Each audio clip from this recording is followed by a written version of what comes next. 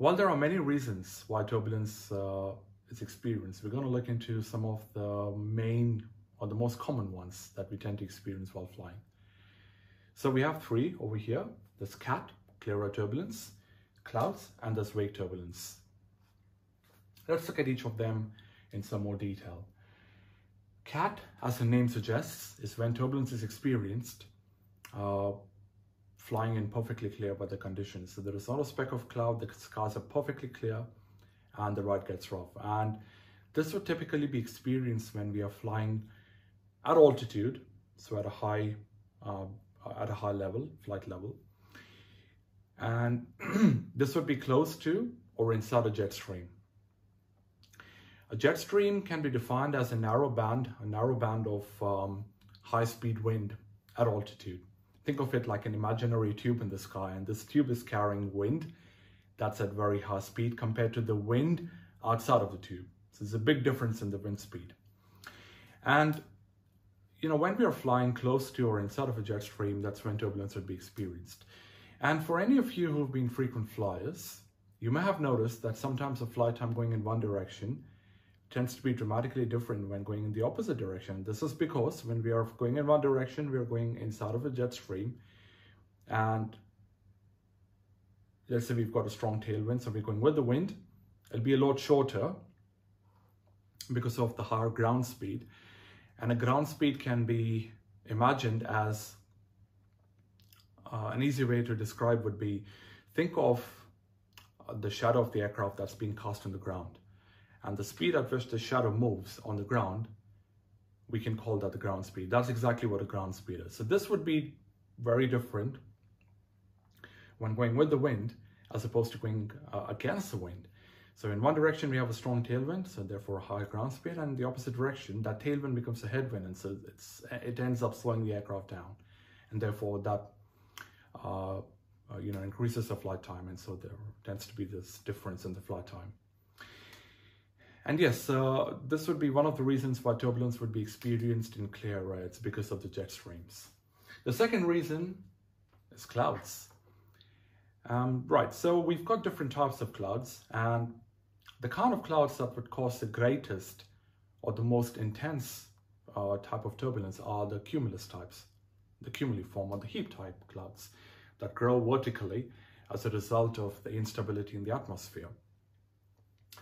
And those kind of clouds would be commonly avoided because of, one of the reasons is turbulence, but there are some other threats that those kind of clouds pose. But again, sometimes turbulence would even be experienced when flying into layer type clouds, so like a stratus, the layer type clouds again. But those kind of clouds don't really constitute the same level of hazard that a cumulus type cloud would pose, which is something we would try and avoid during our flights. So that's another reason why turbulence is experienced. And the third one is the wake turbulence. This kind of turbulence is experienced when an aircraft is flying in the wake of another aircraft. And I'm going to use my little airplane models over here, and I decided to use this instead of making another horrendous drawing on the board. But yes, imagine this is an aircraft and this is another one that's following it. I don't know if that's within the frame of the video, but hopefully you can see it. So what happens is when aircraft are flying, really, they generate something called wake. And how is a wake generated? For any of you who's watched my previous video, you may recall that lift is a function of a pressure difference between the bottom and the top of the wing. And air always wants to flow from high pressure to low pressure. So because we have a pressure difference, high pressure on the bottom and we have low pressure on the top, what the air is now trying to do is it's actually trying to flow across the bottom of the wing to the tip and then flow over to the top because of the low pressure that's up here. And when this occurs, there is an intermixing of the airflow. So remember, we've got the air flowing over the wing. And because of this horizontal flow, if you like, and the intermixing, it creates some counter-rotating spiral bands, which is depicted in this diagram over here. So these spiral bands, or we call them vortices, are generated as a result of the intermixing of the airflows. Right, so the airflow between the bottom and the top of the wing. And this is exactly how wake is generated. So this is a wake of an aircraft. And if another aircraft was to fly inside this, it would experience turbulence.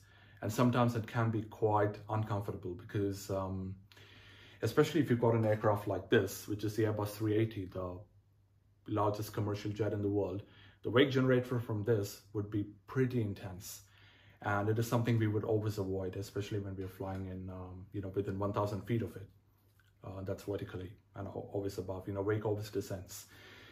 So, to minimize this, this is something asked in one of the previous videos in the comments. To minimize this, what aircraft manufacturers have tried to incorporate in their design is something called a wingtip, a winglet. I don't know if you can see that. It's like an upturn in the wing over here. And this is called a winglet. And the reason for this is to minimize the interaction or the intermixing of these airflows and therefore reduction in the intensity of the vortex.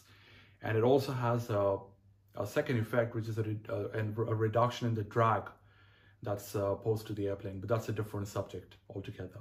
But yes, one of the reasons why we have these little devices installed on the wings, which are called wingtip winglets, or in the case of this aircraft here, I don't know if you can see this, but it's a little different in terms of the design, but it's there for the exact same reason. This is called a wingtip fence. It's to minimize the interaction of the airflow and therefore reduce the intensity of the vortices and therefore reduce the threat that it will pose to other aircraft. But this is actually also quite serious when flying, especially when we're in a smaller aircraft. We've got a heavy aircraft flying above us. We have to be quite careful. So there we are. We've got some of the reasons covered in today's video, what causes turbulence. The one thing I would like to mention is aircraft are designed and certified to handle turbulence a lot greater than what is typically experienced. So although it can be very uncomfortable, it's still okay, because aircraft are designed to withstand a lot more than what is typically experienced. So it's still okay. Just be relaxed the next time you're flying and you experience any turbulence. Right, so I hope you enjoyed this. You found it a bit informative, and I hope it wasn't too technical.